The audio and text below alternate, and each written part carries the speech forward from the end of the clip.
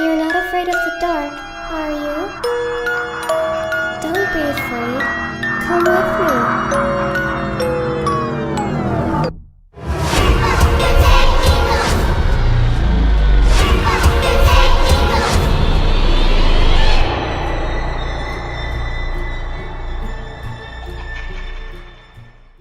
From the house on the hill, filled with thrills and chills.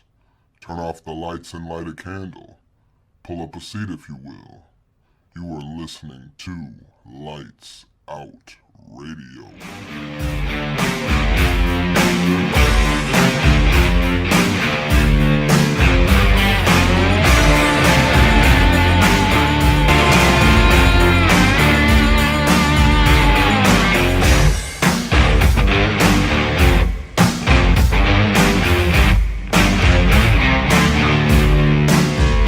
According to studies and research, there are approximately 25 to 50 active serial killers operating in the United States today.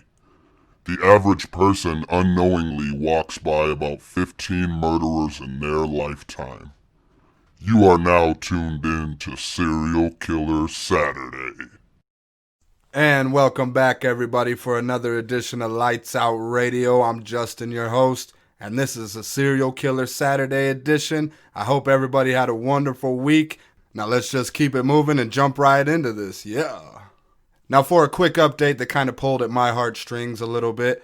David Gordon Green and John Carpenter released a press release this past Wednesday on July 8th saying that they were delaying the new Halloween Kills movie. It's the second chapter of the Blumhouse Halloween trilogy.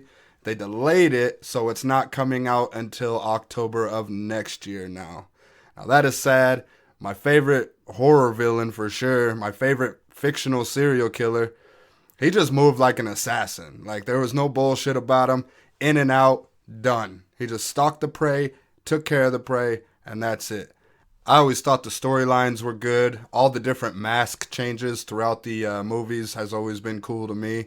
I like that little artistic twitch to every movie. So yeah, I just wanted kind of to give everybody an update on that. Now in the press release, it also states that on top of a traditional release, Universal has agreed to an IMAX presentation of the film in October of next year when they do release it. So Halloween fans, Michael Myers fans, we got to hold out for another year, man. You guys stay strong. And with that being said, we're going to jump into the show. So we're going to start out with a guy that actually just made the news again recently, which is why we're going to do this quick little expose on him, if you will. Now, the man I'm talking about is named Mark David Latunski. He's a 51-year-old Michigan man, born March 28th, 1969. He lived on Tyrell Road in Shiawassee County's Bennington Township in Michigan. And keep in mind that this is an ongoing case, so the details and everything is still kind of hush-hush. But I'm going to give you what I got and what I could find. On October 10th, 2019, a man in his 40s was visiting Michigan from New York. He was in town to help a friend out with some kind of court case or something, and ran into Latunski at the bus station. Now, there's not much that I could find on this guy, but I did happen to find the actual 911 call. And he said that he's in town, he's in Detroit from New York for some court advocacy thing. He's supposed to meet somebody there. He said he bumped into Mark there. He said that he's by. Mark was cute. They started talking, went out to the car, started talking, went to the store, had some sodas, and then woke up chained in some random basement. So he uses a knife that he found and cuts the leather strap that's attaching his chain to his leg. So after that, he escapes out of the house. He calls 911 from his cell phone. He says he's lost. He's ran around. He doesn't know where he's at, doesn't know where he's going. And he doesn't know if the guy's following him or chasing him down or anything. So he's still got the butcher knife that he used to cut the leather strap on him. And he said once the cops show up, he'll be glad to put it down, but he's not putting it down until then. And that's all I could really find on it. The cops show up. Everything's cool. But he refused to file a police report or make any criminal allegations. First Lieutenant David Kaiser with the Michigan State Police says, I don't know if it was because he was embarrassed, I don't know. But I do know troopers actually gave him a ride to a gas station away from the residence. We are looking to talk to him and gather even more evidence.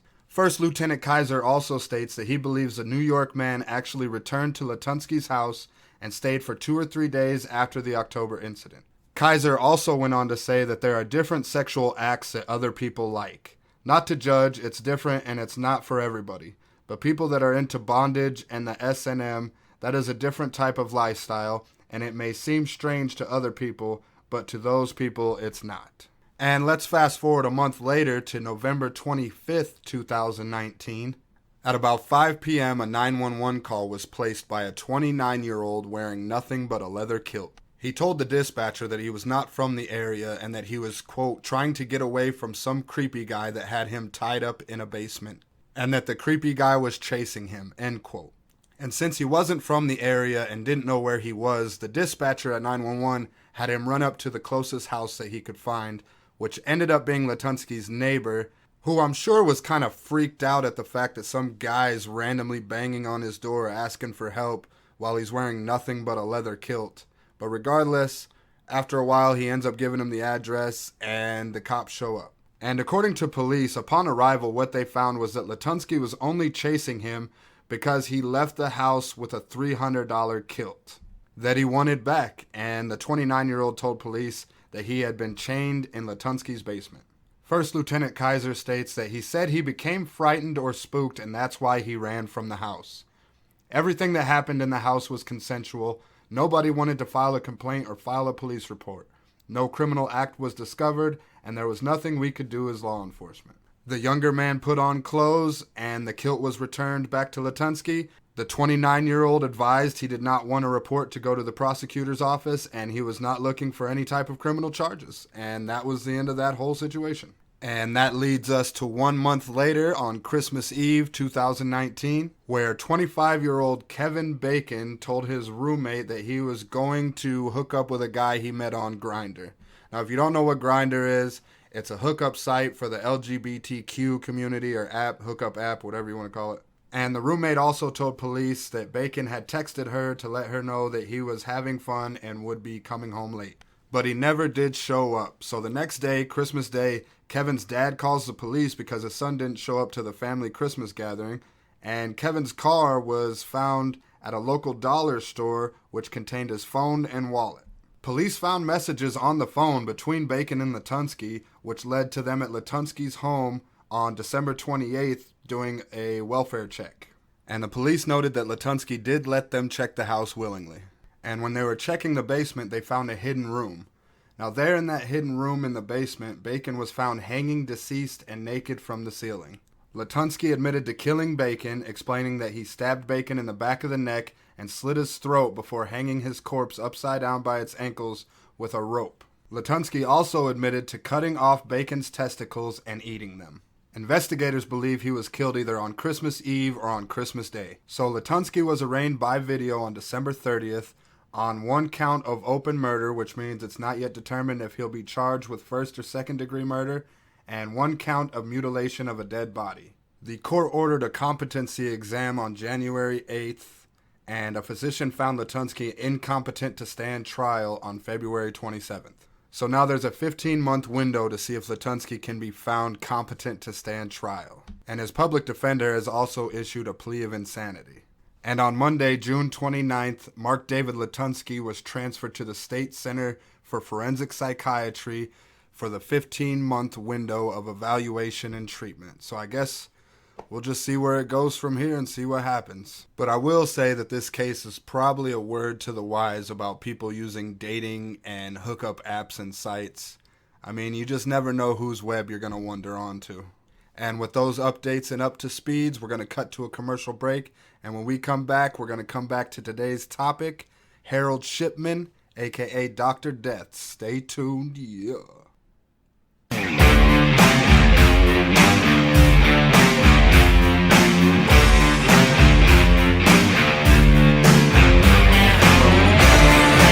Saturday edition of Lights Out Radio. I'm Justin, your host. We're going to be talking about Harold Frederick Shipman, a.k.a. Dr. Death, a.k.a. the Angel of Death, a.k.a. the Good Doctor. He was born January 14th, 1946, on the Bestwood Council Estate in Nottingham, Nottinghamshire, England. He was an accomplished rugby player in youth leagues, and he excelled as a distance runner. And in his final year at school, he served as the vice captain of the athletics team. Now, it's reported that Shipman was particularly close to his mom, who died of lung cancer when he was 17. Her death came in a manner similar to what later became Shipman's own kind of MO. In the later stages of her disease, she had morphine administered at her home by a doctor. Shipman witnessed his mother's pain subside despite her terminal condition until her death on June 21st, 1963. On November 5th, 1966, Shipman married Primrose May Oxtoby, and they had 4 kids together. Harold graduated from the Leeds School of Medicine in 1970, and in 1974 took his first position as a general practitioner, only for a year later to be caught forging prescriptions for Demerol for his own use. He was fined £600 and ordered to attend a drug rehabilitation clinic in York. And then in 1993, he established his own practice on 21 Market Street. So the guy seems to be doing pretty well for himself. But it all comes crashing down March 1998, when Linda Reynolds of the Brooks Surgery in Hyde, prompted by Deborah Massey from Frank Massey and Sons Funeral Parlor, expressed concerns to John Pollard, the coroner for the South Manchester district, about the high death rate among Shipman's patients. In particular, she was concerned about the large number of cremation forms for elderly women that he had needed countersigned. The matter was brought to the attention of the police, who were unable to find any sufficient evidence to bring charges. So between April 17, 1998, when the police abandoned the investigation, and September 7, 1998, when Shipman was eventually arrested, he had killed 3 more people, of which the last victim being Kathleen Grundy, who was found dead at her home on June 24, 1998. Now, Shipman was the last person to see her alive, and he later signed her death certificate recording old age as the cause of death. Now, I think it all came to a head when solicitor Brian Burgess informed Angela Woodruff, who's Grundy's daughter, she's a lawyer, he informed her that a will had been made apparently by her mother, but she had doubts of its authenticity. And for good reason, I think. I mean, the will excluded Woodruff and her children, but left £386,000 to Shipman. So Kathleen's daughter Angela went to the police, who began an investigation. Kathleen's body was exhumed, and when examined was found to contain traces of heroin, often used for pain control in terminal cancer patients. Shipman claimed that she was an addict and showed them comments he had written in his medical journal. However, examination of his computer showed that they were written after her death. So Shipman was arrested on September 7, 1998, and was found to own a Brother typewriter, the kind used to make the forged will. As police investigated, they uncovered evidence of further murders. Now, during their interviews with him, a highly confident Shipman denied all charges. Detective Chief Inspector Mike Williams said, "He was an arrogant type of individual to deal with, and I don't say that lightly. I've listened to the interviews, and he certainly wanted to control and dominate the interview and the officers, at times belittling them.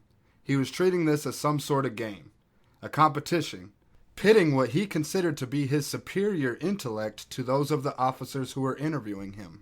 On October 5th, 1999, at Preston Crown Court, he was officially charged with the murders of 15 women by lethal injection during the period of 1995 through 1998. Then on January 31st, 2000, after 6 days of deliberation, the jury found Harold Shipman guilty of 15 counts of murder and 1 count of forgery. He was sentenced to life imprisonment on all 15 counts of murder and a concurrent sentence of 4 years for forging Kathleen Grundy's will. While it's reported that officials could have brought many additional charges, they concluded that a fair hearing would be impossible in view of the enormous publicity surrounding the original trial. Furthermore, the 15 life sentences already handed down rendered further litigation unnecessary. And I think it's kind of important to note that Harold consistently denied his guilt, disputing the scientific evidence against him, and that his wife was kind of a ride or die. She maintained her husband's innocence even after his conviction. And I think it also should be noted that Harold is the only doctor in the history of British medicine to be found guilty of murdering his patients. In July of 2002, Judge Janet Smith and senior West Yorkshire detective Chris Gregg submitted what would be called the Shipman Inquiry, and it concluded that he had killed at least 215 of his patients between 1975 and 1998, but stated in total 459 people died while under his care between 1971 and 1998, but it is uncertain how many of those were murder victims, as he was often the only doctor to certify a death. Smith's estimate of Shipman's total victim count over that 27-year period was 250. And then on the eve of his 58th birthday at 6:20 a.m. on January 13th, 2004, Harold hung himself from the window bars of his cell with bedsheets.